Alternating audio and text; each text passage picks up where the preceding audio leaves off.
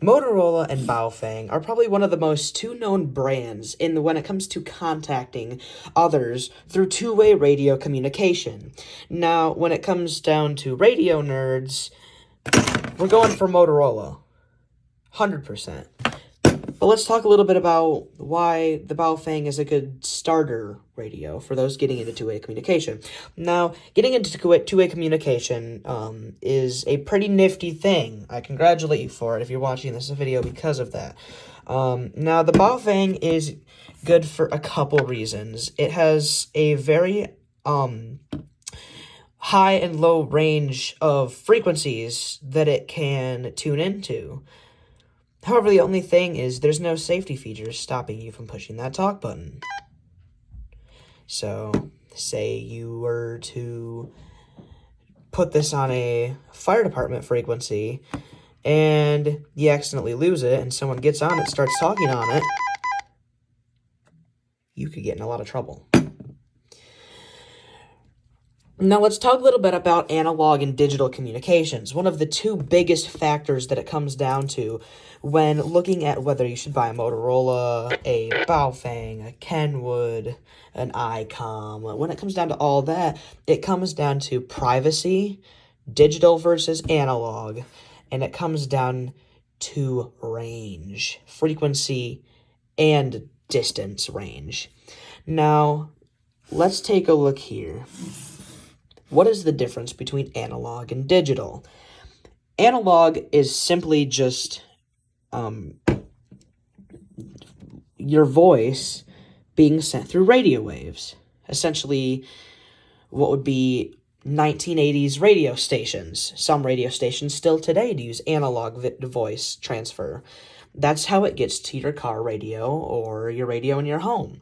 If you have one with a really long antenna, or your weather radio that in your house that receives weather alerts, like that's all analog.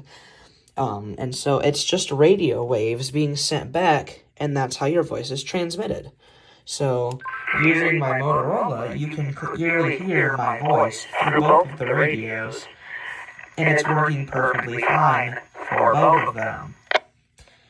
Now let's switch the radios to a digital frequency. And before we do this little test here, a digital frequency and digital communication is when your voice is taken, split into numbers and data, transferred, encrypted, transferred, decrypted, and then broadcasted through the speaker. Now, no matter what the listing says on the Baofeng, it simply just can't handle the digital realm. It can't comprehend the data that's being sent to its little stubby antenna. And we'll see that in just a moment here. But it may say it's digital. It really isn't. So the digital and the analog frequencies, this is on the same frequency as these are. However, these are both on digital, and this is still analog. And so we'll see here when we try to key up.